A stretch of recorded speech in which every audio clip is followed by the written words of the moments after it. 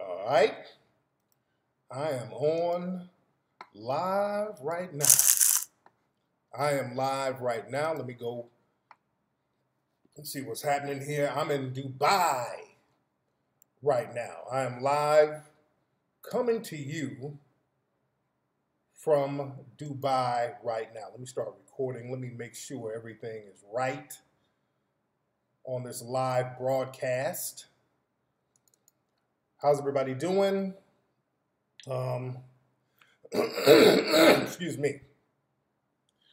A little throat is a little cloggy, but I'm gonna make it pop off. All right, let me let everybody know that I'm in the room. I'm in the spot right now. I hope you guys had a great day. It's Sunday night back in the United States. I'm in Dubai. I just got in from Harare, Zimbabwe. I'm in Dubai right now. I'm in Dubai, the lovely Dubai. It's very lovely out here. And it was very lovely in Zimbabwe. I had a great time in Zimbabwe. I'm just grabbing a link real quickly, family, so I can put it on Twitter and all that other stuff. All right, so y'all just bear with me for a second. How's everybody doing in the chat room? Glad to have everybody here in the chat. We're going to touch on tonight because I haven't been broadcasting for a few days. So there's a lot of stuff that we got to touch on while I'm here. And I'm up. I had me a funny tasting coffee at the airport, but I'm good to go. All right. Now let me let people on Twitter know that I'm live right now. Hold on. Join me live right now at time.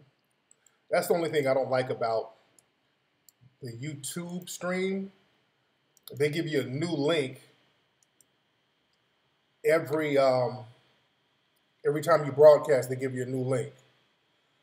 So I know a lot of people looking at the Grammys. Did Bruno Mars win a Grammy? I see he's trending right now.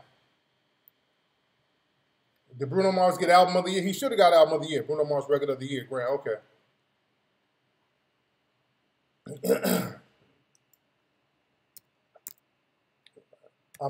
I've been looking at tweets from the Grammys on my plane, but I haven't been able to see anything. Hold on one second. All right. So Bruno won 7. He won Record of the Year. I knew he was gonna win Album of the Year. He won like 4. Yeah, I know Kendrick won a couple. Yeah. I knew Bruno was gonna get it. That 24 Karat Magic. That was a hot ass album. That was a hot album. Like damn near every song on that album was popping, and he did a good thing by only putting 9 songs on the album. So it's like Thriller. You got to know how to market stuff. Sometimes, a lot of cats, they put a gang of songs on the album, and then you got to go through a couple of Thriller songs or whatever. You put the 9 hottest joints on there, just let the shit blow up. That's how Thriller blew up. Thriller has like, 8 or 9 songs on it, and every song is popping. Man. Said you watched the Migo. Now, I saw something where some chick, I don't know what she was. She was talking that Dreamer stuff. She was talking that Dreamer stuff. I'm gonna get on Jay-Z stuff in a minute. What's up, family? How many? Well, y'all come on up in here. Come on up in this room. Let's chop it up. Who was the girl that got on stage with that Dreamer speech? Because I saw something on that on Twitter, and I spoke on that.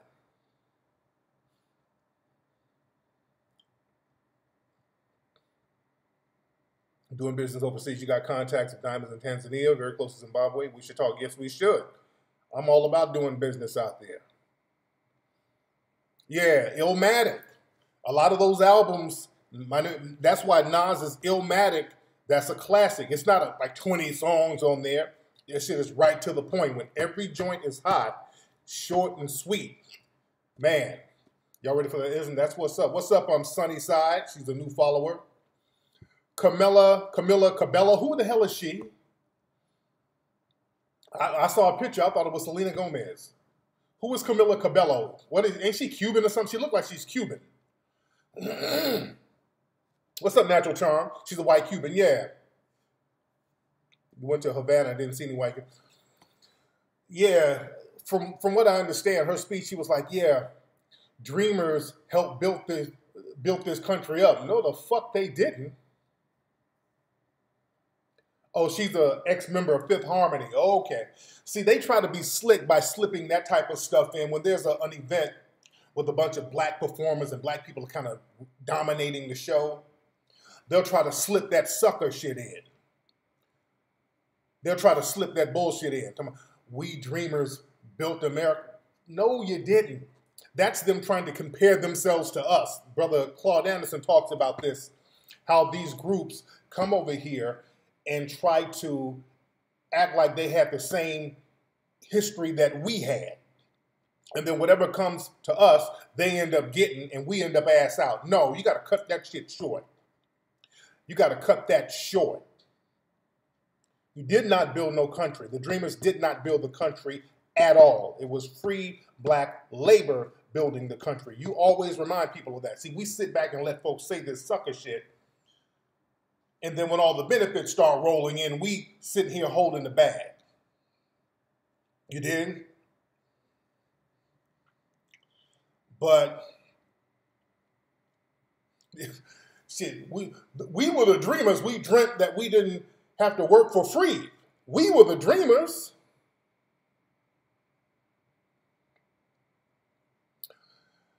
But Jay-Z, shout out to Jay-Z. Jay-Z did an interview on CNN, and I didn't see the interview, but I heard about it, and he was talking about Trump. And, you know, like Eminem has been dissing Trump over and over again. Eminem has been dissing Trump back to back over and over again. Trump didn't say nothing, but the minute Jay-Z said something, Jay-Z didn't even say nothing messed up, really. He called him a superbug or something like that. Boy, Trump's Twitter fingers lit up. He was like, yeah, tell Jay-Z, inform Jay-Z that black unemployment is at an all-time low because of my policies. Watch out for the Jedi mind trick here. Watch out for the Jedi mind trick. Number one, during the Obama administration, black unemployment was going down anyway. But watch the Jedi mind trick. Notice they don't say black employment is high. They always say black unemployment is low. Not black employment is high, because that's a lie. That would be a lie if Trump said he had black employment at an all-time high because of his policies. That's a damn lie. He knows that. So you can't just, because the minute you say black employment is high, we're going to say, okay, where? Where the fuck are these jobs? But when you say something like, well, black unemployment is at a low because of my policies, that's a Jedi mind trick. That's because of mass incarceration. You understand that? That's because of the mass incarceration. So technically, he's right. But that's not a positive. See how you got to understand how white supremacists, they flip words. You got to understand how they flip words and give implied meanings. Let's say you got 10 people. You put 10 people in a hotel room and you call that hotel room America. 10 people are black. All 10 of those black people have no jobs. That's 100% unemployment. You take 5 of those 10 people, put them in jail. Got it? You still count the 10 people on the census, but then you say, I've reduced black unemployment by 50%. So technically you did, but you took 5 black folks out of the labor pool. So they're not counted in the labor pool. They're counted in the census, but they're not counted in the labor pool. So you just incarcerated the other people. So now when you count the people who are unemployed, who are in the labor pool, you're only counting 5 black people. So it's a Jedi mind trick. It's a Jedi goddamn mind trick. You dig? Everything they do is calculated bullshit, man. It's calculated bullshit. Incarceration is slave labor, absolutely. Absolutely. But, excuse me, what time is it back home? It's like, I know it's 8:44 in Los Angeles, 11:44 on the East Coast. It's 8:44 in the morning here in Dubai. It is 8:44 in the morning out here. It's like a parallel universe and shit. You dig? Talk about the Atlanta. Well, you know, there was another white identity extremist who did a mass shooting up there in Pennsylvania in one of these little rural redneck towns. These Trump voting towns, by the way. Y'all notice, man, these white supremacists are shooting themselves. They're shooting people in their communities damn near every week. There was a school shooting. Another little teenage white identity extremist shot up a damn school. And this is called universal karma. The universe has a way of cleansing itself. The thing is, if you have all of these white supremacists getting slaps on the wrist, and you're letting white supremacists know, or white identity extremists know, all over the country, we're going to be lenient on you. You're not going to be punished. You're giving people a green light to be degenerates. So they're taking out that degeneracy on people in their communities. You did? That's how the universe kind of cleanses itself. See, you're supposed to shut degenerate bullshit down. You don't allow degenerate bullshit just because you can. See, the white supremacists, they're like, just because I can, I'm going to allow it to happen. Even the so-called non-racist white people. See, you're complicit in a lot of this stuff because there was a case down in Florida where a black man, he was an inmate in a jail down in Florida. One of the COs found out he was marrying a white woman. So they took him in a room and just beat the dude. I mean, they beat this dude and damn near disfigured him, called him a nigger. They were calling him all types of racial epithets. You know, the race soldier got charged. They went to court. The jury said, no excessive force here, not guilty. I think they convicted him on false, because not only did he beat him up, he lied, he falsified records. So they got him on the falsifying records thing because he lied on paper about what happened. But the white supremacist jury said, hey, there was no excessive force, and the dude's face looks like an alien. He beat this dude senseless. And I posted this on my Twitter, and I got a lot of the fake liberal people in the dominant society with their fake sympathy. And let me say this, all that, oh man, that's so messed up. That's just horrible how things like that happen in our country. Miss me. Miss me. They didn't kill him. They damn near lynched him. Mudbound, exactly. I mean, this happened, this is now. This ain't the 1940s. This is happening now. But miss me with all that, I'm so sympathetic. Oh, I feel this pain. Stop. Stop. I don't like Twitter sympathy. I don't do what I do for Twitter sympathy. I don't want to hear about y'all non-racist white people, all that, oh, that's so sad, oh, I'm so sorry, oh, that's horrible. As a white person, I just feel so horrible. You know what? How come you're never in the damn jury room? All of you sympathetic, why are you never in the damn jury room? For some reason, y'all got all that sympathy. Y'all got all that sympathy on Twitter and Facebook. Oh, you're so sympathetic. You got your Black Lives Matter shirts, but you're never in the damn jury room. For some reason. I don't want to hear all that fake sympathy, because the thing is, when it comes time to punish somebody, you know what to damn do all of a sudden. Like with O.J. Simpson. When O.J. Simpson got off, all of you knew what to damn do. Y'all followed O.J. Simpson every damn day. Y'all did stakeouts of the man's house. Even now, y'all follow O.J. Simpson around. Y'all know how to find O.J. These race soldiers killing folks. Zimmerman, y'all don't know where he is.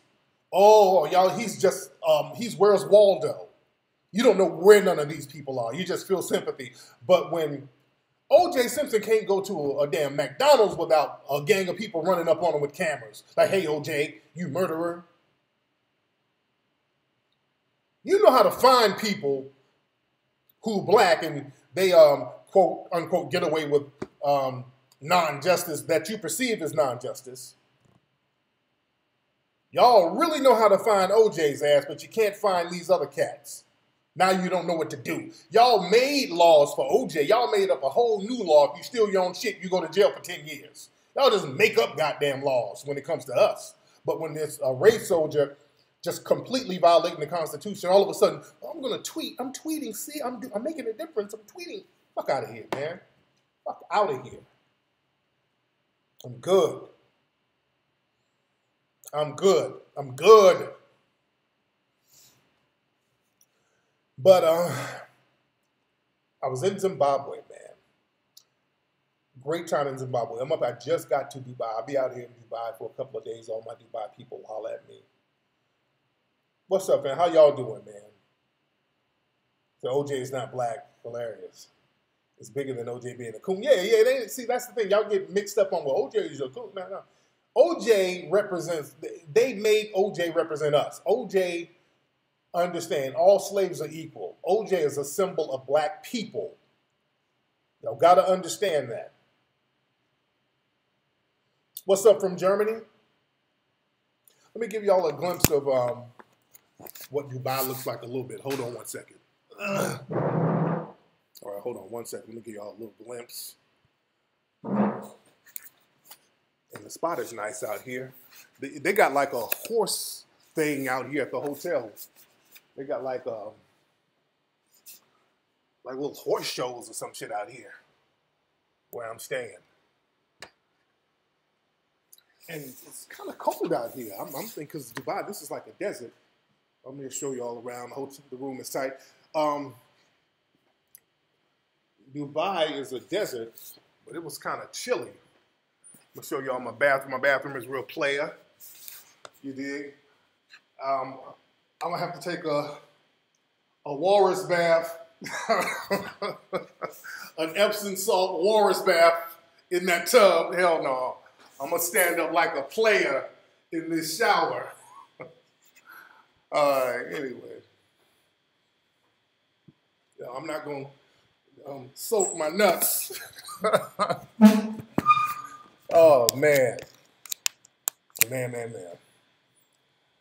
Oh, yeah. Yeah, man, it's kind of chilly out here, man. I'm like, shit. One of y'all ladies let me borrow your burqa. Damn. Yeah, this spot is fly right here, man. This is a nice little spot right here. Man. Hold on, let me get my screen right. Hope y'all can see me good. Can y'all see me good? Is it live? Live watching live. Where's my live button? Get the switch in. Live button. Hold on one second. Okay. All right. Say like the tub look like it's for kids. Oh man. What did Tiffany Haddish do? What did Tiffany Haddish do? I like Tiffany Haddish. Yeah. It's a sparkling water. Shit, I ain't want that open. It says, hate sparkling water. Shit. Okay. You know, you drink something and it surprises you. Man. Charm said, why didn't I go to the first dude who cut my hair? Because we were kind of, well, that day, they ran me around all over the place. And they dropped me back off at the hotel. And they said there was another barber upstairs at the hotel who has a shop. So I went there because I could just go up there and go back to my room. I didn't have to go back out the hotel and drive and all that other stuff. So that's why I just went to the dude upstairs. And he was, I'm going to go to a barber out here. Shout out to Aaron. The homie Aaron hit me up. And he said he knows some good barbers out here. So I might see what's popping with that. Yeah, I do. I do miss the family back home. I do. I miss Mama Peanut. I miss the babies.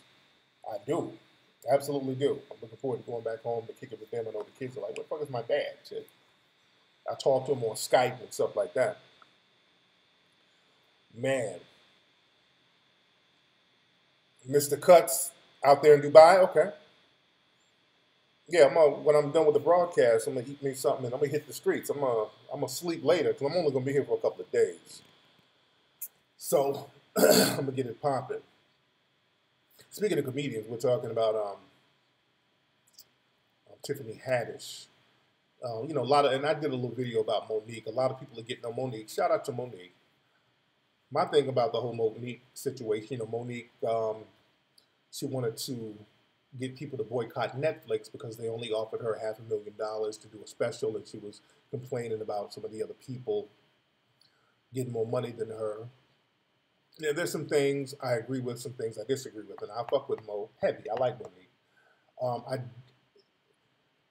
Monique, unfortunately, with Monique, she doesn't really understand how the grassroots thing works. See, the thing is, when she didn't get what she wanted with the Netflix thing, she tried to go grassroots. And the thing is, you got to be very consistent with a grassroots audience. If you don't get a certain amount of money, then you're like, okay, I'm going to have the people on the grassroots level do my work for me. And it doesn't work like that because people are going to look at you funny style. They'll look at you as an opportunist. So Monique was wrong in that respect, trying to get everybody to rally for her to get more money. So it was more of a personal thing. You dig? And on a grassroots level, everything you do on a grassroots level, it has to somehow benefit the community. Yeah, I know. Ain't nobody, that's what I'm saying. Ain't nobody going to boycott Netflix. That's what I'm saying. So that, I know a lot of times people confuse their audience with a grassroots movement. There's a real big difference. She tried to use her audience for a grassroots movement, and a lot of times there's a lot of people who like you, but they're not going to really move for you. You know what I'm saying? There's a lot of people who like you. They enjoy your comedy, they enjoy your work, but they're not going to really move for you. There's a real big difference from having an audience and having riders, people who's going to ride with you. That's why you got to be very consistent when you're looking out for the grassroots audience. See, I got riders. I got people who like me, but I got riders. And that's very important. Those are the people that I rock for, the riders. You dig? Because I'm consistent. You got to be very consistent. So watch out for the camel spiders. Okay. Excuse me.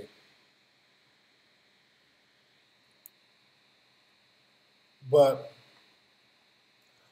and another thing, Monique should not have put, you don't count other folks' money. That's another thing. So you're like, well, such and such got this much, and such got that much, and such and that. So, nah, you don't do it like that. I understand her frustration, though. But you don't count other folks' money. There's kind of an etiquette to that. You don't count other folks' money. You dig?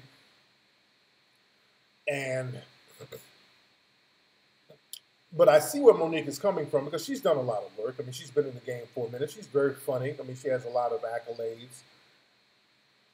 But you got to, you don't want to be treated like a new jack. You don't want to, you've been in the game for a minute, so you want to, and you got an Oscar. I mean, so she wants and deserves. I think she deserves a certain level. Unfortunately, when you see new white comics and actors come in the game and start getting just mad money, and a lot of them ain't even funny. Like, I think Paul Mooney used to say back in the comedy days, the 80s, 90s, you get a white dude, comes up and does 5 minutes of material, the next thing you know, he got a 6-figure TV deal. You dig? So I understand the frustration with that. Monique is consistently funny, funnier than a lot of her white female counterparts. So she's like, well, pay me. And I get that. Now, I rock with her on that. I want to be paid, right. Somebody's going to have to step to the forefront and say, hey, pay me like you pay everybody else. So I get that. Some people might say, well, Monique this and she ain't on that level. There's a lot of white female comics who ain't on that level and they still get top dollar. There's a lot of white female comics who flop over and over again and they still push them out there. They make them a hit. Understand, not even white females, understand the male comics too. Understand, like some of those shows, I think like Cheers and shows like that from the 80s, when they first came on, they weren't hits. But they kept pushing these shows. They push them and push them and push them, and they make them hits. Like Seinfeld. Look, I've never watched a full episode of Seinfeld. That shit has never been funny to me. Just little snippets of it. It's just not funny to me. But that shit is an icon within white circles. It's an icon within white circles. And there's a lot of people going in on her. I think, Will Packer said some stuff. I think he emailed somebody. I don't think he said anything publicly. But I think Lee Daniels was like, hey, you got to play the game. They were like, yeah, you're going to get blacklisted if you don't play the game. And there was another dude, I saw a video of him named John Murray. He's a radio, what does John do? He's like a gossip guy, kind of. John Murray. And John Murray, he was making some good points, but until one thing he said that kind of, okay. He was talking about, like in the industry, a lot of people get rubbed the wrong way by Monique. Oh, okay, all right, that's fair enough. And he was kind of going in on her. And then he mentioned something about Monique and her husband complaining about so many white people that were working behind the scenes. Okay. And then this John Murray dude was like, yeah, that's reverse racism. And because he's a little moist. And I'm like, okay. When he started talking that bullshit, I said, okay, this nigga's showing out for white people now. All right. I said, this dude is showing out for the white peoples. He's showing out for white people a little bit. All right. That's my thing, y'all. A lot of people are kind of dumping on Monique now, kind of showing out for white mommy and white daddy a little bit. You dig? A lot of these people are showing out for white mommy and white daddy. Especially Rolly the Boule Bird. Roland Martin started going in on him. He's such a little opportunist with his little football head ass. He's talking greasy about her. People say you're difficult to work with. Nigga, shut up, Roland. You clown ass nigga. You clown ass, no neck, Woodsy the owl looking nigga. Calm down. Slow down. You such a little buck dancing opportunist, Rolly. Sit your ass down. Roland is such a opportunist. He's always jumping his little old stubby ass in the mix. Sit down, nigga. Like you weren't buck dancing for Hillary, nigga. You need to sit your ass all the way down. Don't say shit about Monique. Don't dog pile on the woman. You sit down, Roland. He's talking big shit. Sit your ass down, nigga, and put some pink oil moisturizer on your faltering S-curl, nigga. Don't you say shit. Rolly. Where my hug, Angela Winbush, where my hug on the Tom Joyner cruise. Just stick to groping old R&B singers on the Tom Joyner cruise, nigga. Stick to chasing Evelyn Champagne King on the Tom Joyner cruise, nigga. Cheryl Peppers Riley, where my hug. Nigga, your show got canceled, you little buck dancing Sambo. Talking shit about Monique. They said you were horrible to work with. Just shut up, nigga. Fuck ass. Y'all ain't gonna dog pile on the sister now. Damn. Calm down. Y'all slow that shit down. Y'all ain't gonna dog. Just think about Monique. I don't give a fuck what y'all say about Monique. One thing about Monique, she ain't no ass-kissing goon. She don't be up there behind the scenes kissing these motherfuckers' asses. I know that for a fact. I worked with Monique on Charm School. Monique was checking a lot of that sucker shit they were doing behind the scenes. She's difficult. No. I know Monique, a lot of shit she don't be going for behind the scenes. A lot of sucker shit they want you to do, she ain't going for it. Now, you can call that difficult or whatever, but there's a lot of she ain't no coon behind the scenes. I know that. Y'all niggas get behind. See, y'all niggas go out here and kiss every white ass possible. That's the thing, y'all. When white folks come around, y'all dancing. But for Hillary, y'all turn into buck dancing coons. Monique don't rock like that. You dig? So that's always going to be a problem in the industry. So that's why I fuck with her. So all that other shit, whatever. It is what it is.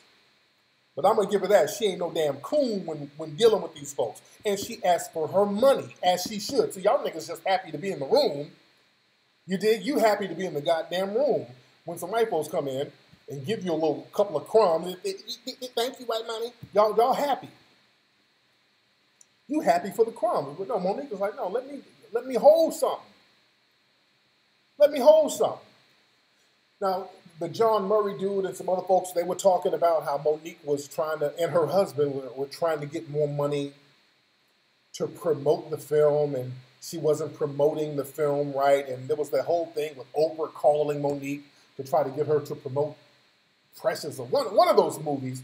They were really going in on Monique because she wanted money, extra money, to promote the movie, to go out and promote the movie, which is a fair request.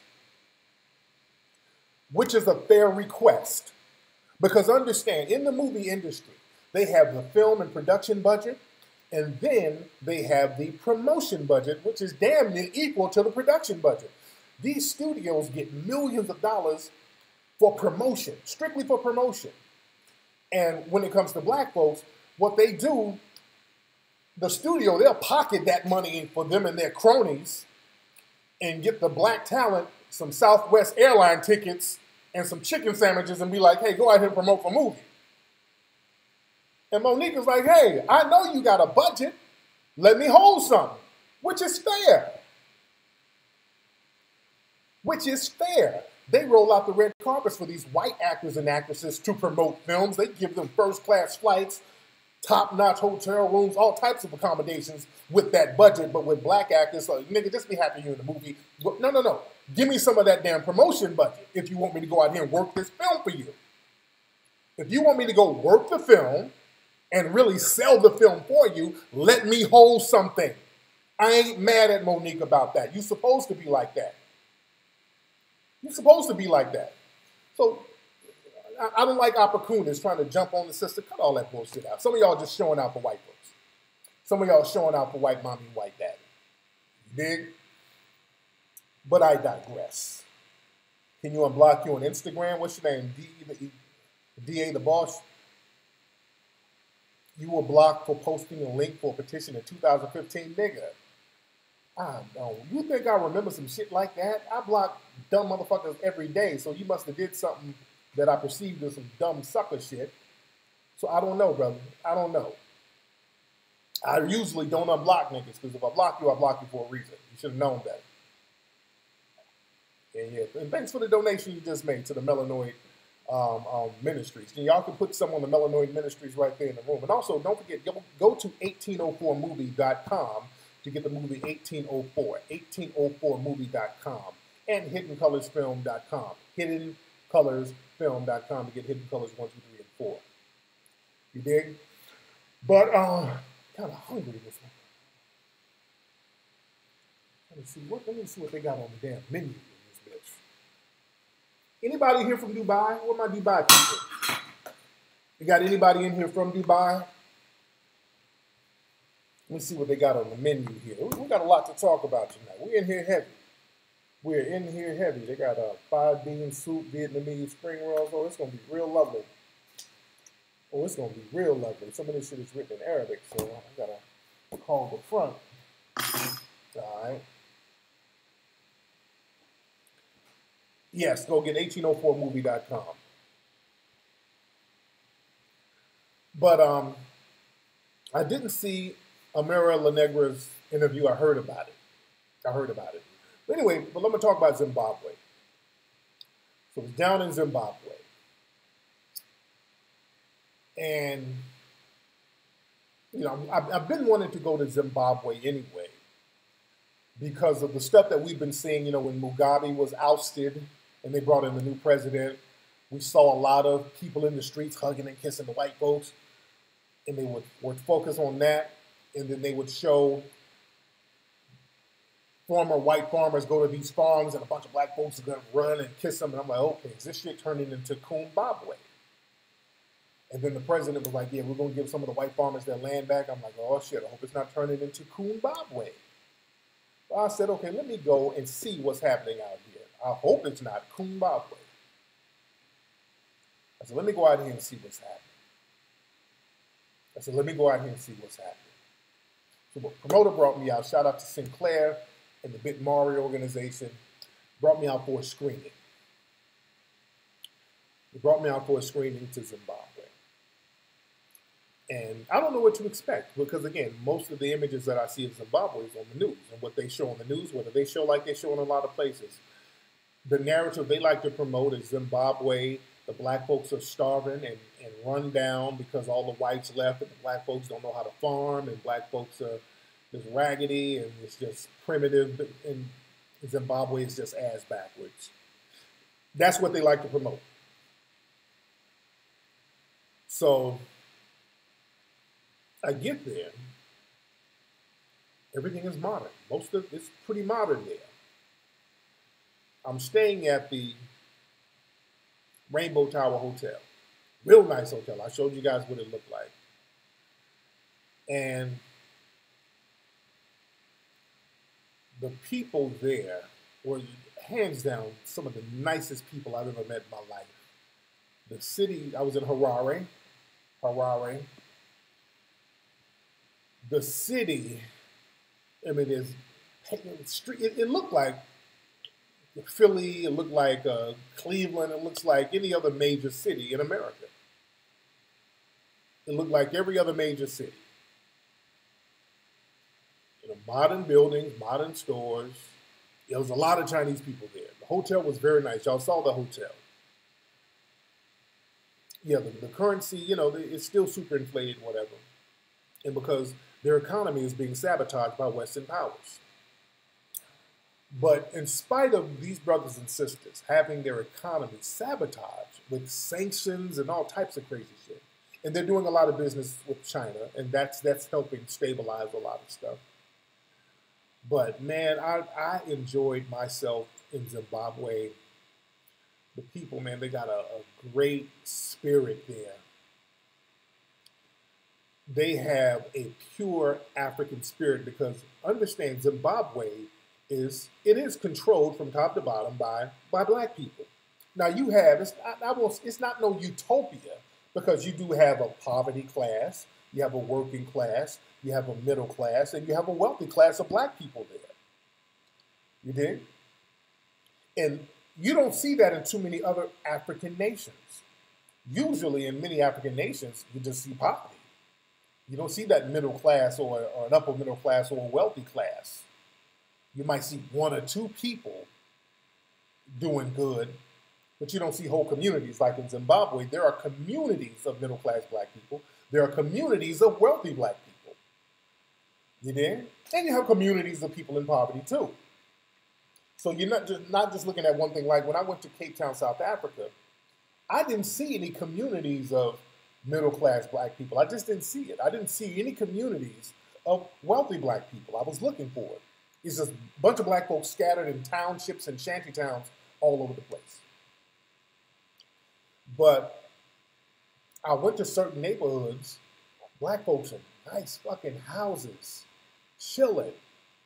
I showed you some of the houses people had. I didn't see nobody starving. It might be, you know, some things in rural places way off in the cut. I didn't see it because I did go into some of the rural places. The food was great.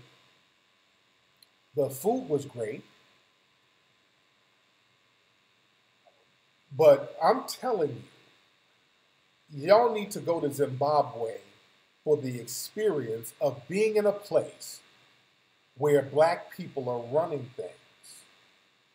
And everything is cool. Everything, I mean, they have challenges economically. There are not a lot of coons there, and that's the thing. There are not a lot of coons there. So I can't call it Coonbabwe. I can't say it's Coonbabwe. I hope it doesn't become Coonbabwe, and I even told them that. Even when I was there, I was getting on them. I was asking them about all that hugging and kissing the white people. I was asking them about that. I'm like, hey, when we saw that was looking kind of funny, and they were laughing about it. And I asked a lot of people. I would say, look, when Mugabe, they ousted him, what's up with y'all out there in the streets hugging and kissing on the white people? And they basically, many of them explained it like, well, look, half the country was, down with Mugabe. The other half, they wanted change.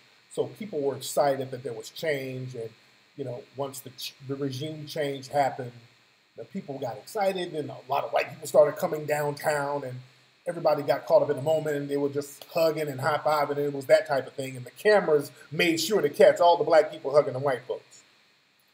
So it was like, we were just caught up in the moment thing. That's how they explained it. But then I said, okay, look. When I saw footage of these white farmers going to these farms and black people running up and hugging them, they were like, well, that type of shit, we don't know about that. I don't know. We weren't doing that. That must have been somewhere way off in the cut. You dig? They didn't co-sign that. Now. They were like, that's something else right there. But the people there, they don't have a coon spirit at all. They don't have a coon spirit. Because the thing is, there are white people scattered here and there. Black people ain't running up, kissing their ass in Zimbabwe like that. Whereas in other places, the minute the white people show up, all of a sudden, they done pulled out the drums and they start dancing and all this sort of shit. You dig? But the thing is about Zimbabwe, this is the thing about Zimbabwe, and beautiful spirit of the people. Because everything is black run, there's a pride there. People they speak several languages there. So you have you have black people. You see middle class black people. You see well-to-do black people. So you see all types of black folks. And one thing I noticed, the older black people in Zimbabwe, they pretty much understand what white supremacy is. So many of them were still down with the Mugabe regime. They were like, hey, we need, I don't like all these, former Rhodesians hanging around. They know what's up. The older black folks there know what's up. Their whole thing was, we got to watch who we let up in here. We don't want it to be some shit where we get colonized again. The older black people, they are woke as fuck. You have the newer generation, they call them the born frees. All the people who were born after 1980.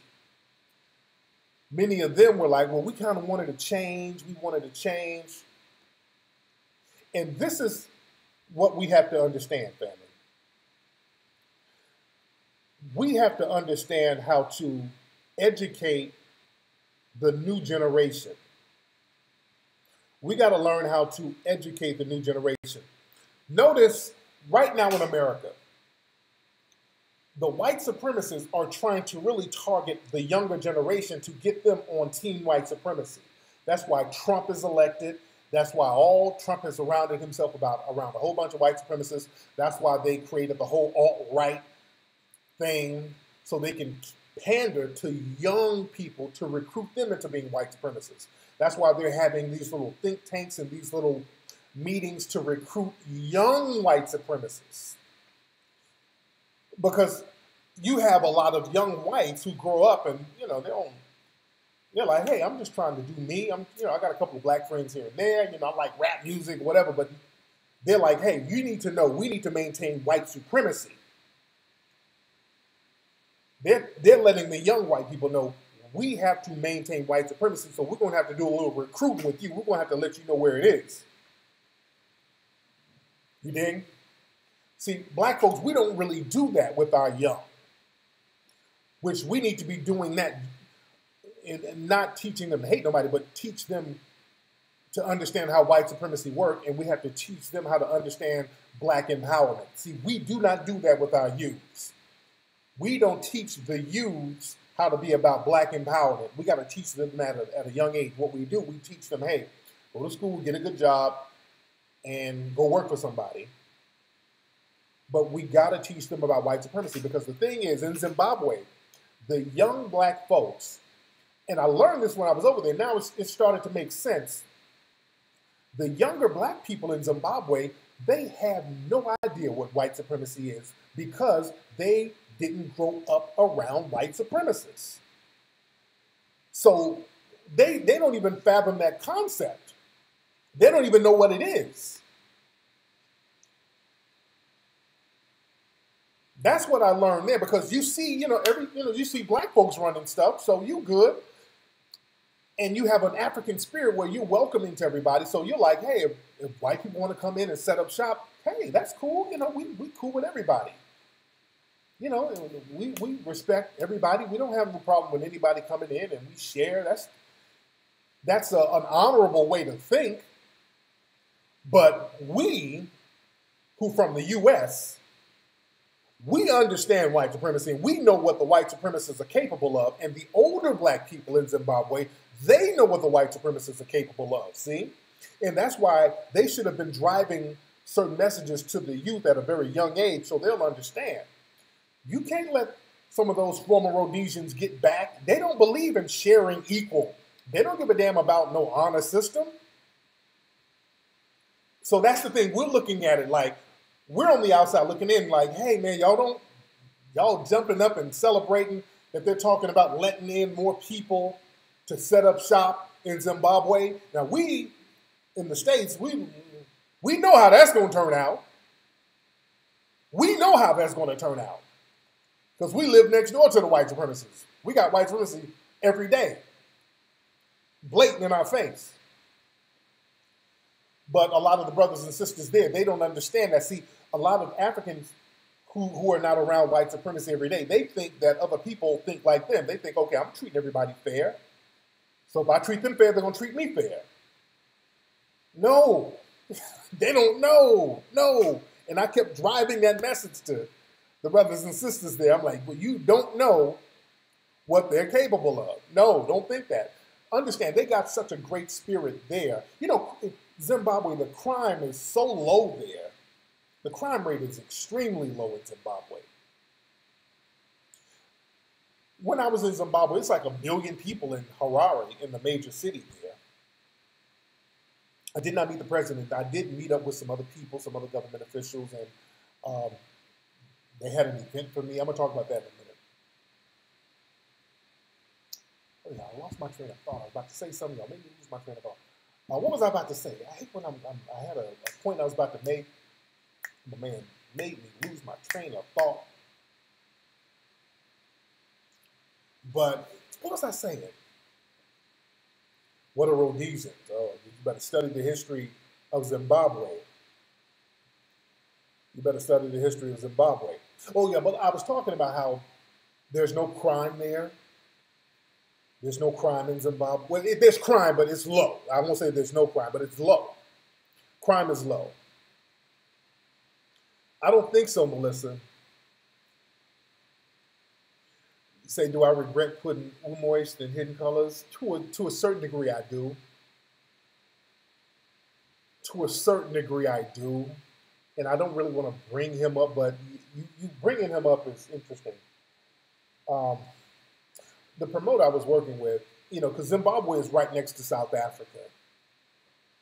Zimbabwe is right next to South Africa. And the promoter I was working with, he knew some South African promoters. Because, you know, word gets around. People in Africa, word gets around. People communicate, especially between Zimbabwe and South Africa.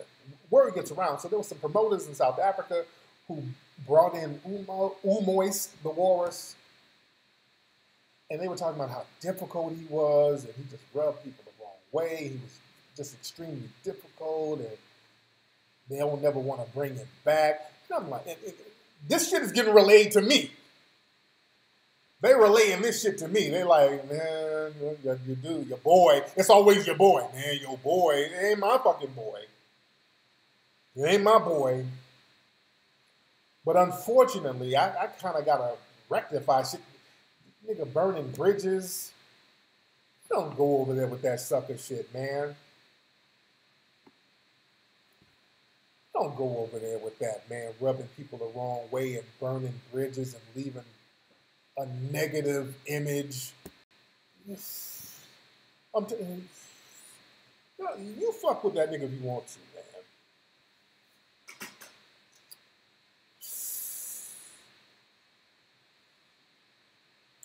Don't go over there just rubbing folks the wrong way with that sucker shit, man.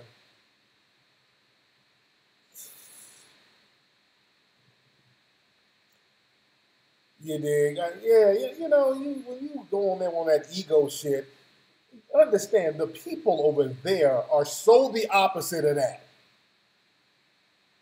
The people over there, they're the opposite of that, dude. They ain't with all that. They ain't with all that, man. I'm Papa. They ain't with that, man. I'm over there, man. I'm humble. I'm just, vibing with the folks. Dude, I don't know what this nigga did. I didn't really want to go into it. They telling me this, I'm like, I don't know. It's always something. I really didn't want to know, to be honest. I really didn't want to, but it's always something. It's always fucking something, man. So I didn't really want to know. I didn't go, all right. Because I wanted to keep the whole thing positive. You dig? I wanted to keep my whole experience. You see the pictures when I was over there. You saw when I was over there how you saw the vibe and the energy. Everybody's all happy with me. Everywhere I went, everybody's smiling, grinning, happy because I'm humble over there. I'm over there chilling, learning, vibing, networking with people. I ain't over there on no ego shit. I'm gonna pop up. I'm gonna put some Pringles. Oh, that's not what you do. They always, because they don't really interact with a lot of black Americans anywhere. So going over there with stupid shit don't make it better. I'm over there making connections for all of us. I'm over there talking to these people about dual citizenship. I was over there on that heavy. I was on that dual citizenship thing heavy. So we can just come over there and kick it and build something and vibe and get connections to the motherland. I was over there representing heavy on the radio, TV. I was doing interviews with the news. You dig what I'm saying? I'm over there trying to get some shit popping. I'm over there getting connections. I'm clicked in with all the media over there, the radio, TV. I'm clicked in now. The people at the hotel, I'm clicked in. They know me on a first name basis now. Clicked in with them. I'm like, look, are you going to bring some tourism here? Man, I'll be glad to bring tourism here. I'm clicked in with people who make clothes over there. I'm over there making connections so we can get an ongoing relationship with the folks over there, man. Because they're cool like that. And I'm like, because I brought up, I'm like, look, I had I did a couple of talks there when we did a movie screening. We did a talk after the screening. A lot of folks showed up. Shout out to the people who showed up. And we're talking. I'm like, look, we have capital where we're from over in the U.S. You have access. You got the land. So that's an incentive for us to come over and vibe. And I'm like, a lot of African nations, they haven't really rolled out the red carpet for all of us to come through. And there were some people like, well, y'all never asked. I'm like, well, shit, I'm asking now. All right, I'm asking now. And that's kind of the point. That sister, it was a sister who said that. That's the point. No, I don't think too many of us have gone over there and said, hey, can we get this dual citizenship popping? Can we get it popping? Because we ain't over there. A lot of African Americans aren't over there. I saw it was two people from America over there, two black folks from America. There was the promoter, Sinclair. He has a business over there, and he's from D.C. And at my screening, there was an older brother there. He's been there since '94. And we were chopping it up. But, so do we have to ask? Well,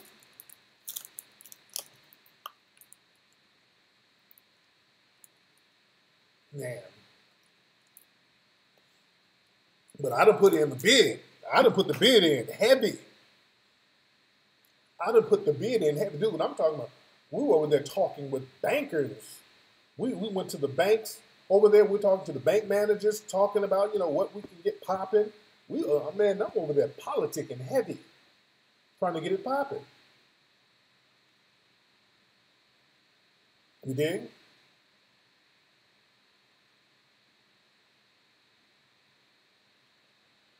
But, brother, they rolled out the red carpet for me over there. They rolled out the red carpet for me at my hotel. They were like, they had me at different people's farms, black folks' farms, and I gave some money to some women's farmers over there.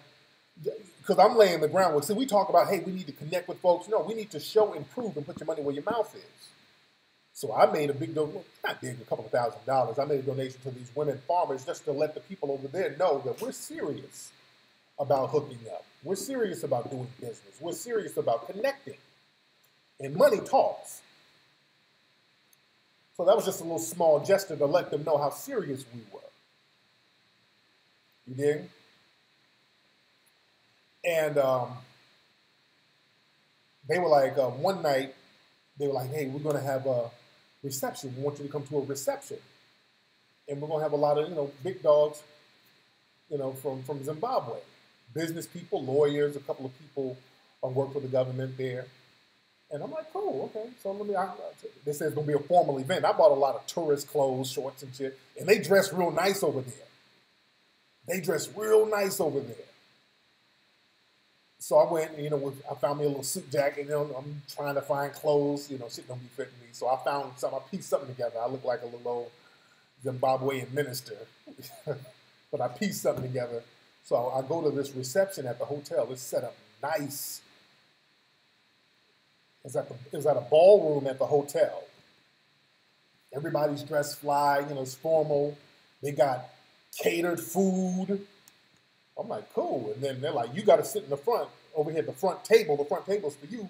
Like, we like to welcome our guest of honor, Tariq. I'm like, I'm the guest of honor? Damn, I thought I was just going to, a little something to kind of mingle. They like, you the guest of honor in this motherfucker. I'm like, all right, shit. Cool. I'm the guest of honor. I'm chilling. So, I'm chilling. They got the older sisters at the table. Then every time they announce my name, the sisters start doing this little African chant, like, Tariq Nasheed. I said, shit. Whoa. All right, shit. I didn't know I was getting the whole shebang. When they got up and started singing for me, I'm like, God, I feel like Lionel Richie in this motherfucker. All right. Like, I'm telling you, they rolled the red carpet out for a player, man. Man, I'm like, shit, this is what it is. The food was banging, man. They had chefs for a player. That traditional African food is the business, man. That traditional African food is the business. You had a big old African chef. And that's another thing in Zimbabwe. I didn't see too many people with those long traditional African names. But they got like unusual names. Like I met a sister, her name was Rejuvenation. I'm like, okay. Yes, I am Rejuvenation. Okay. So they named the kids after feelings the parent had after they had the baby or something. I don't know, but they had names like that. But yeah, the head chef, because it was like a few chefs. I mean, they had the chef. I mean, they had, the whole shebang for a player. And the head chef, he had, after the reception, everybody had to speak words, and the chef, and the chef's name was Comfort. The big old burly brother. Yeah, my name is Comfort. I'd like to thank Mr. Nasheed. I said, go on, Comfort. I ain't never met a brother named Comfort. I swear to God, brother. Shout out to Comfort the chef, nigga. Man. I'm like, where are the royal wenches to give me my royal bath if we go in there? Shout out to Mama Peanut. I'm like, is the royal bath coming? Shit. Dude, I'm telling you, they rolled it out for a player, man. Dude. Ain't nobody like the Zimbabwean people, man. They are the, man, their spirit unmatched, dude. They're so accommodating. Their spirit is so accommodating, dude. Y'all don't understand. It's like being with family. And, I did a DNA, I traced my DNA, and my DNA traces back to the Mozambique area. So around that area, my DNA goes back. That's probably why I felt so at home. Because I literally felt like I knew everybody, man. It was like some family shit. It was like a fucking family reunion. Like I knew everybody. That was the vibe, man. I never felt that comfortable anywhere. A lot of it was because wasn't no white supremacists around. You ain't got cops harassing you. That threat ain't even there. Going somewhere worrying about somebody following you, that threat isn't there. You know what I'm saying? I've never felt that comfortable before anywhere. Just walking around a city and you can just be you and nobody's going to harm you. I'm telling you, there's a certain freedom with that, dude. There's a certain freedom with that. There's a certain stress that's not there. That's why everybody's there so calm. I didn't see anybody arguing. I'm looking for people to be aggressive because I'm so programmed for being in America. If you see a lot of black folks, somebody's going to start beefing just immediately, just on GP. And, you know, we talk about this, me, Ola, and all these guys, when we go on tour, like when we're in New York. We're in New York, we're in Harlem, just walking down the street, and every other person is on the phone cursing somebody out. And we become used to that. We make a joke about that. Like, we're walking down the street, and every other person, you walk, hey, fuck you, nigga, where's my money? It's even Neely Fuller talks about that, how when black folks get together, all of a sudden the conversation is aggressive, then it turns into something crazy. No ice grilling, none of that stuff. You know how it is. We walk around in the States. You walk around and niggas kind of looking at you funny stuff. Women, looking at other women sideways. None of that. None of that out here in Zimbabwe. None of that. And yesterday, my last day there, shout out to my dude Ed, my brother Ed, who works with Vic Mari. They took me to a restaurant called Gava's. Gavas. Gava's. Nigga, I posted a video of that fucking food was so bomb at Gava's, man. It was like chicken stew, salsa. They call it pap in South Africa, but they call it salsa in Zimbabwe, with like green vegetables and some beans. And nigga, the food was so fresh tasting. When you taste food that ain't really been processed, when you taste food that hasn't been processed and it's real fresh, it's a real big difference. Real big difference. Have you been to that restaurant before, Lawan? But that restaurant, if you ever go to Zimbabwe, go to Gava's. Go to Gava's, brother. Sadza. Yes, that's it. Sadza. Is it salsa or sadza? I call it pap. It's like ground corn, and it's a starch, so you got to mix it with stuff, but shit is bomb. And one thing I noticed about fresh food like that, if you eat a meal like that, and that's like their soul food, it tastes just as good as soul food in America, if not better. But the thing is, when you eat food like that in America, the minute you eat it, when you're done, you are sluggish, you get the itis, you got to take a nap. If you eat something like that in the States, there's so many processed preservatives and hormones in the food, the minute you eat it, you got to go somewhere and take a damn nap. That African food, it tastes just as good, but because it's so fresh, without all that GMO bullshit, you're actually energized after you eat it. You ain't all sluggish and lethargic after you eat the food. Nigga, you eat that food, you like, turn the fuck up. That's one thing, that's the one thing I noticed. I'm like, shit, I'm ready to go kick it. Eating all that shit, it's so pure and fresh. I'm ready to get it popping. You're not all gassy and bullshit. No. That's another thing. It's that processed food that make you all bloated and gassy. That's why you don't see too many African people, you know, when they're older, they might get overweight or what, but the younger, they ain't overweight at all. They in good fucking shape. Nigga, I'm telling you, that shit was bomb, man. That shit was off the chain. Yeah, it has all the nutrients in it. Absolutely. Absolutely. So that makes me want to change my whole diet, man, after eating that food and the way it makes you feel. Like back home, I eat something, man, I got to take a nap. And, oh, shit. Like, you know, close the door. Let me nap. This stuff, man, that fuels you. It fuels you. I'm going to just start, man, I'm going to start just fucking with organic joints on the real. Yeah, they're eating with it. My dude Ed was doing that because what they do, I had my fork and spoon, but they'll come to your table with a bucket, with like a little pan and a like one of these. What's this? What is this? A pot or whatever with water. So they'll wash your hands for you at the table, and I wash my hands, but I got my fork. My man Ed, shit, my man got that pap, was fucking it up. I was like, oh, okay. You know, I got to get used to the customs because they do be getting it in with their fingers. They get it in with their fingers. They be eating with their fingers. You dig? But yeah, you don't get the bubble guts, dude. Eating that food, eating that pure organic food, you don't get the bubble guts with that, man.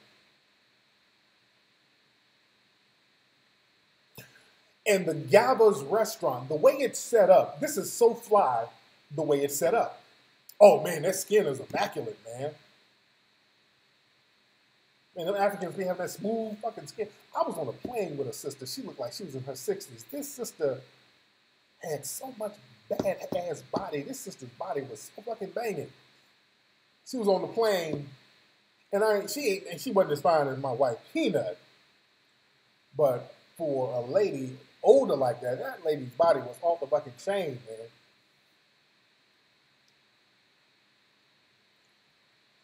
But the Gava's restaurant, it was set up, y'all saw it, I showed a video of it. It's set up like a family reunion picnic. It's in a big field that looks kind of like a park. When you go in, there's a parking lot, then you walk over to a field. And there's a tent, and there's benches under the tent. And there's other benches next to the cooking room. And you can even sit inside the cooking section.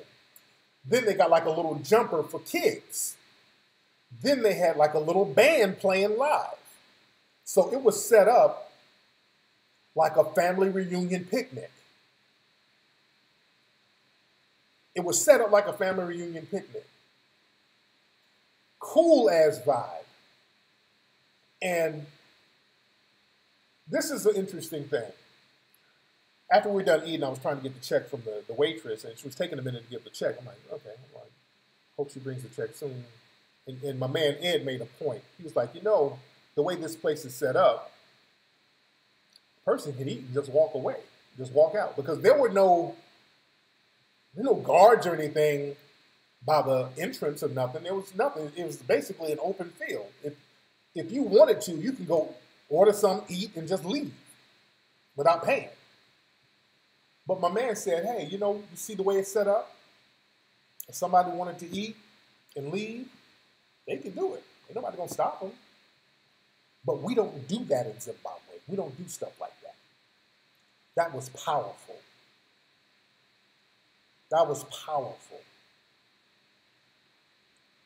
Because that's the mentality and that's the vibe they have. They don't do opportunist shit. They don't do shit like that. Because they can. You got to have a certain level of integrity. What's up, Keisha? Much respect to you. That's called integrity and honor. We're not going to do sucker shit just because we can. And that's the vibe out there, man. They treat everybody with a certain level of respect, especially the elders. The older people, they got a lot of respect for the older people. They got a lot of respect for the older people and a lot of respect for each other. There's an honor system there, man. There's a hell of an honor system there that we used to have in the States. Dr. Clark talked about that. Yeah, man. Just being around that, man, the energy was so fucking amazing. They got a code with each other. There's certain things we're just not going to do sucker ass shit to each other. We're just not going to do it. That's how you think when you ain't got a white supremacist looking over your damn shoulder every day. Because we get around the white supremacists and we take on their bullshit ass characteristics. That's why we're fucked up in the game. We take on their dirtbag ass characteristics. They dirtbag us, then we can't dirtbag them, so we start dirtbagging each other. They only show me the good part. No. I went to all of it. I went to the hood. I went to Mbari. That's the quote-unquote hood where people, there's a lot of poverty there, but people are selling stuff. Even in the hood, they generate a lot of money over there selling stuff on the unofficial market there. Because the World Bank and all these people, the IMF, they go there and say, well, unemployment is 95%. But what they don't count the unofficial economy there where people are selling stuff on the streets, people are selling stuff on the market. They don't count that. And people make some decent money doing that out there, but they don't count that. You dig? But they got an honor system and a code for things. They're not going to dirtbag each other out there. Oh, dude, I'm telling you, the energy was so cool. It was so good and refreshing. Not being, you know what? No hood rats, no dusty ass niggas talking dusty nigga shit. Because dusty is in here. Just because somebody's poor, that don't mean they're dusty. Dusty is in here. Because you have poor people, but I'm poor, but I'm hustling out here trying to sell some tomatoes. I might be poor, my clothes might be a little ragged, but I'm going to make a decent living out here the best way I can. That's not a dusty dude. Dusty is in here. You didn't have dusty niggas. You didn't have fuck niggas out there. You didn't have hood rats. You didn't have that. You dig? Seeing a lot of sisters out there, nobody's being loud and hood ratish. You don't see that. And I didn't see any coons because there was really nobody to coon for. And I was talking to some of the people. They were saying how they're told if they want to go like down to South Africa and get work, what is this? If they want to go somewhere, hold on. There's people from here, people from Zimbabwe texting me now. Hold on. Let me talk about it. I'm live on YouTube now. Hold on, let's see if they do.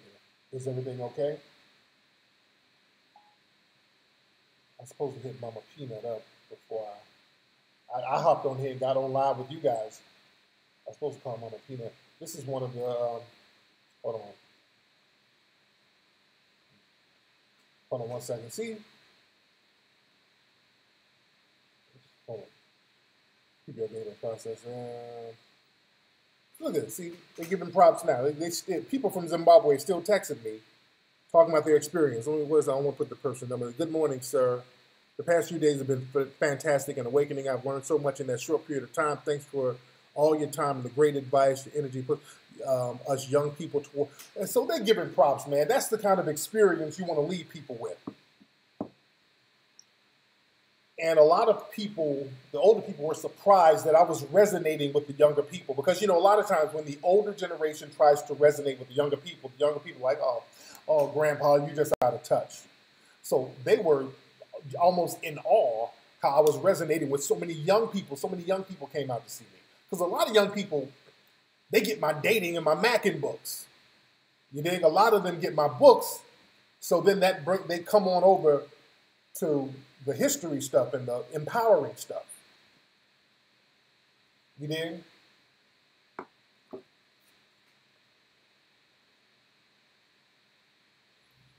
But I've never been so anywhere where I was that comfortable.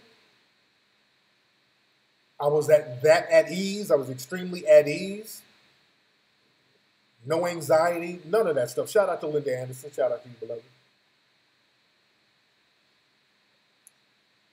Y'all should go out there to visit just for the experience of being around black people who are running things. All right? Black people who are running things just for that experience to see what it's like to be in a situation where all these other groups, like, for example, when I got to Dubai, all of them immediately felt the tension. Because when you go to Dubai, I'm like one of the few black people at the airport. So you got all these other, a lot of people from Asia, a lot of people from Europe, a lot of people from other Middle Eastern places. So they looking at you funny style, here we go. So now you really see that. In Africa, no. In Zimbabwe, nah.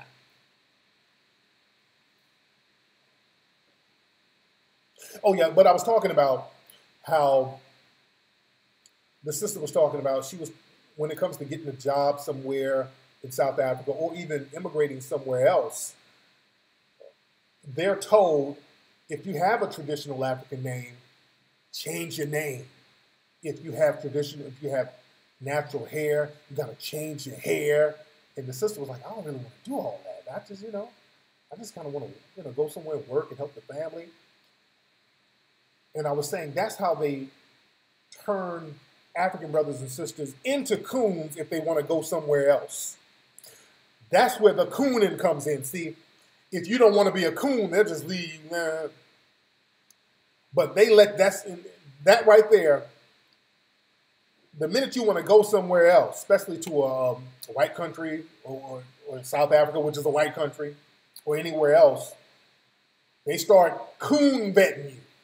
They start the coon training. They're like, okay, we're going to give you another name. We're going to put a wig on you. We're going to hook you up with a white dude. They start the coon and then the bedwench training. So that's the problem. A lot of times when we get a person from an African country in Europe or America, they've been vetted already to be a fucking coon. So they start talking stupid. We're like, what the fuck, man? But the reality is, a lot of people from their country don't really think like that. They're vetted and turned into a damn coon. Now, in certain countries, you got straight up coon leaders. In certain countries, they can't wait to start buck dancing. Hell, didn't the president of Kenya say he was a fan of Donald Trump? Now, that's buck dancing from the top right there. That's buck dancing from the top.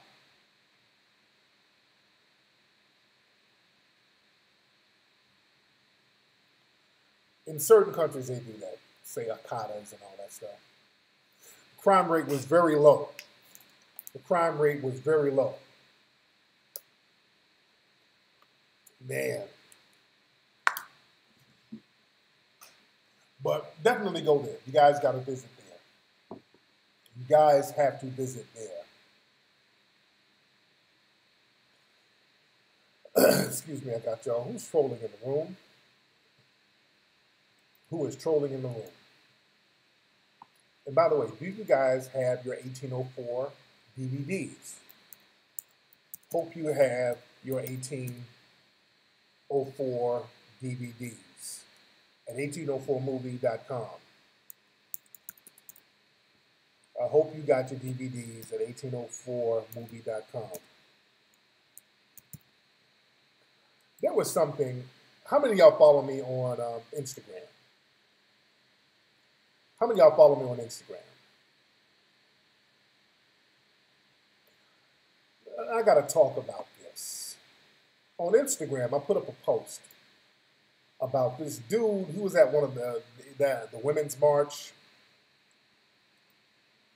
What's this dude's name? Hold on. Let me tell you what this Morris nigga's name is. Hold on. Let me tell you what this nigga's name is. This dude named Eves.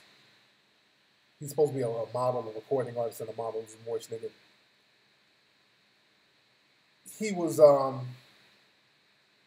at the Women's March with a sign talking about trans are women too. Trans women too. Trans women too. And there's pictures of this dude with a white trans woman. I'm trying to look for the picture now. He's with a white trans woman with a sign, trans women too. And that's something, if you notice, the white supremacists, they've been trying to, okay, yeah, this is the picture I want to show. This is the picture I'm going to show you. Hold on. Y'all bear with me. And I put up a post of this, and a lot of the suspected white supremacists in the LBGT, they're all trolling on my Instagram now because we're calling out this agenda that they have. Hold on one second. I want y'all to look at this. Hold on. Y'all bear with me for 1 second. Let me post it up here on the screen. So I want y'all to see this. Hold on. Because this is an agenda they got going on. I want y'all to be very cognizant of what this whole thing is about. They're really trying to push this whole black men, y'all need to accept trans as women. And they're really coming at us with that. It ain't about just accept them. It's like y'all need to get with them. And if you ain't down to get with a trans, that means you're transphobic. That's this whole little movement they got going on now. Where's this damn picture? Okay, let me show y'all this picture. Okay, check this. All right. So that's the Eves guy, whatever his name is, and he's with this white trans woman, or man, a man is a tranny, whatever. And I want you to notice the tranny is trying to look like Kim Kardashian. All right? I don't want you to be lost on that. All right? I don't want you to be lost on that. There's a reason why this person looked like, or is trying to look like, Kim Kardashian. Y'all remember a few weeks ago, Genuine, he was on this Big Brother show, Big Brother something, where he's in the house and it was a white tranny. And the whole argument was trans are really women. We're really women. We are women. And we should be treated like women. And if you don't want to get with us, that's being discriminatory. And this white trans man was talking to Genuine. And she was like, well, do you accept me as a trans woman? And he was like, yeah, I accept you. Yeah. I'll give you a hug, whatever. And she hugged him. It's like, can I get a kiss? He was like, oh, I ain't trying to kiss you. And the tranny was like, see, that's like discrimination. See, that's like discrimination. Then they tried to make it seem like he was Genuine was some kind of bigot because he didn't want to kiss a fucking man. They're trying to make, and people went in on them for that, but they were trying to make him look fucked up for not wanting to kiss a man because the man is supposed to be a woman. And they were like, see, him that's discriminating against me. It's like me discriminating against a black person. And that's their whole narrative, saying if a black man, if you don't want to get with a transsexual, that's like a white person saying they want to get with a black person. That's that whole narrative they're trying to push on us. And now they got this dude running around talking about trans are women too. They're really trying to push that thing for a few reasons. Understand the white supremacists always have an agenda, and they'll get a couple of coons to go along with their agenda. Now this Eves guy who went to that parade with the Women's March with that sign, that's not random. They put him out there and they tried to make it go viral. They were like, this man has gone viral with his message. And my homegirl Aki pointed out something. He didn't go viral. His original post did not go viral. It didn't even get into the thousands. It didn't go viral. a lot of these white media outlets were trying to make him go viral. They were going to report that it's going viral so everybody can go watch it, then it would go viral then. It didn't go viral. So why are these white media outlets trying to promote this black dude with a trans or women too signs and he's all hugged up with a Kim Kardashian looking man tranny? One reason is the white supremacists know that their numbers are dwindling. And for a long time, the white women have run amok with the soul pole. A lot of these alt-writers and white supremacists, they're like, okay, we'll just go, to supplement the loss of so many white women hopping on black dick. We'll go to Asia. We'll go to some of these Asian countries and get some of these women. But some of the Asian community is like, I ain't gonna have too many of y'all coming up in our shit. The Asian community, they'll start shutting shit down. You dig? And there's only so many that's going to get down like that. And plus, there's a lot of dark Asians over there, so you have a little Asian baby with a fucking afro. So that's not always dependable. So what they're trying to do now, they're like, look, let's try to make a deal with these Negroes. Because again, they're pushing this to black men. The message they're sending to black men, like, hey, black dude, tell you what, leave our women alone. And we won't beat you because like that brother got beat down in jail in Florida because he was about to marry a white woman. They straight up beat him. There is only so much of that you're going to get away with. So they got to use deception. Because you use outright violence, that's going to make us react. So they're like, look, let's make a deal, Negro. We know you Negroes love white women, don't you? Don't you Negroes love white women? Especially Kardashians, because the Kardashians, they like dating you Negroes. So look, we got something just as good, as a matter of fact, better. We got this tranny over here. So instead of you messing with a white woman, we'll give you a tranny. It's just like a woman. You get your white woman. We'll let you have a tranny. We won't bother you. And black folks are like, hey, but that's a man. No, Negro. No, Negro. It's not a man. It's trans or women. Trans are women? No, man, that's not a woman. That's a dude. No, sir, you're being transphobic. That's being transphobic. That is a woman. Trans are women too. So but dude, I ain't gay. Negro, if it's a woman and you have sex with it, it's not gay, man. Come on, you're not with it. I don't want to have, that's a dude, man. Look, what if I discriminated against you for your race? Well, that's racism. Well, you're doing the same thing by not fucking that tranny. That's the logic they're trying to use on us, man. Get the fuck out of here with that bullshit. That ain't no damn woman. That's a dude. That's the kind of bullshit logic they're trying to run on us. It's that I'm white and I say so logic. It's that Neely Fuller talked about that for years, that sexual confusion. You have the sex dolls and all that. Like, look, you can have your white woman. She's open to do anything you want to do. She kind of looks like Kim Kardashian. You can just have your way with her. No, that ain't no woman. Who are you to say what's a woman or not? If that's a woman, I'm the king of the moon. And on the moon, we have a law where you can't have sex with nobody who don't have ovaries, a uterus, and a fallopian tube. So if you're using I'm white and I say so, well, I say I'm the king of the moon. I'm the prince of Lamunda. And on my planet, I can't have sex with people without a fallopian tube and ovaries. So it's against the law of my planet. If we're going to go that route, if we're going to do the I say so, well, damn it, I say so then. My planet won't let me have sex with a person with no ovaries. But it's a woman. No, we got to have ovaries and a uterus.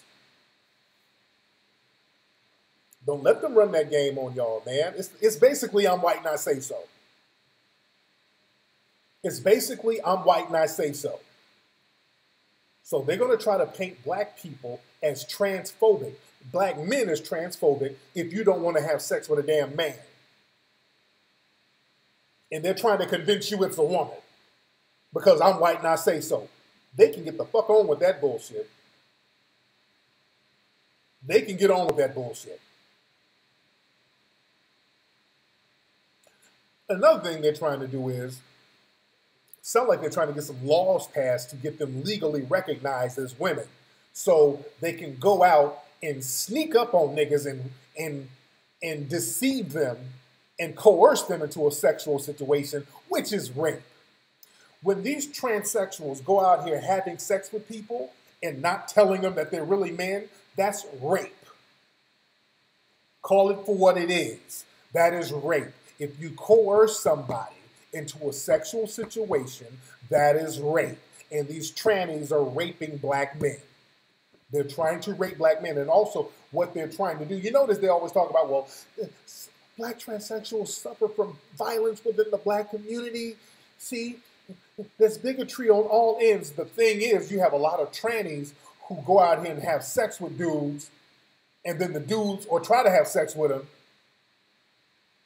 and the dude finds out that it's a damn man, and the dude start getting, catch a fair one with him. Like, hey, what the fuck you doing? That's what it is. It ain't like people are just targeting trannies. Nobody cares. But if you get somebody in the bedroom and they think you're a woman, then you pull a damn dick out on them, there's going to be some scrapping. That's what that's about. That's dangerous. You don't do no shit like that. That's where the so-called violence come from. You're trying to rape people. That's rape. That is rape. If somebody meets you, if you're transsexual and somebody meets you and you take them home and then you pull your damn dick out on them, that's rape. You're trying to rape a person. That's fucking rape. That's rape, rape, rape. You're trying to rape somebody. That is rape. You're coercing somebody into a sexual situation they don't want to be in. And a lot of brothers ain't with that.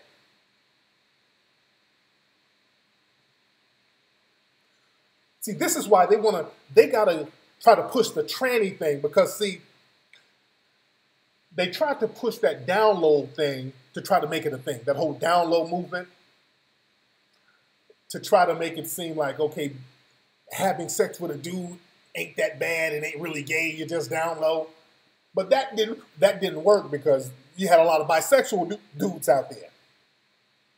You had a lot of bisexual dudes who'd be fucking a dude and then go back to women.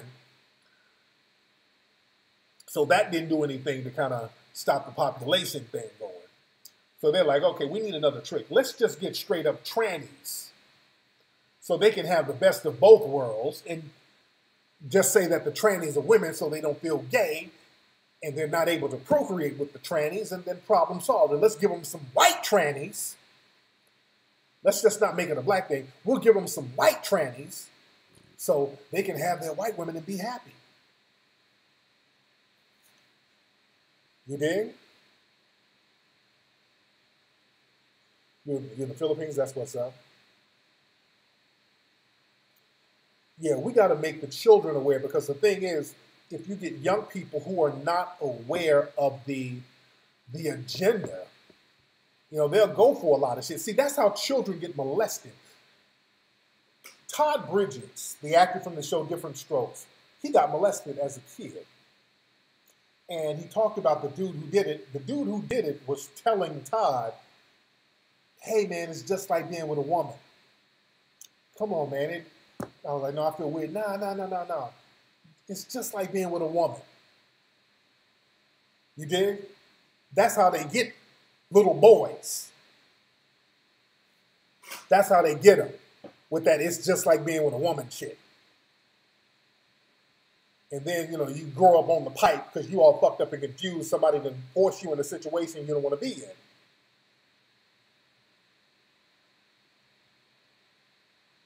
You dig? No, Thailand is loaded with trannies, and the white supremacists be out there heavy. Thailand is loaded with trannies.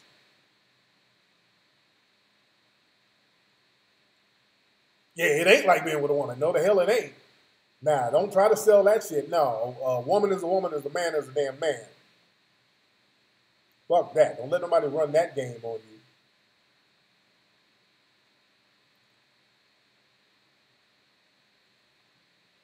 Man. Yeah, it's basically buck breaking again. It's basically buck breaking. They've always tried to break black men using sexuality. The Philippines, yeah, I believe the Philippines has a lot of trainers. I believe that.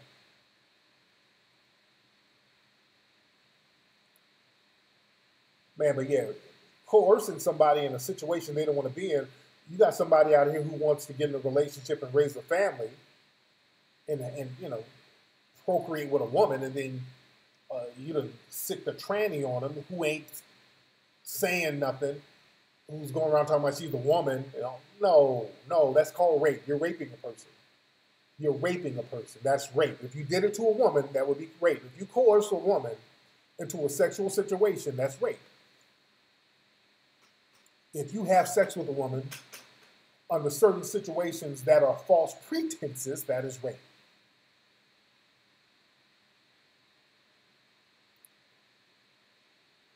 You dig?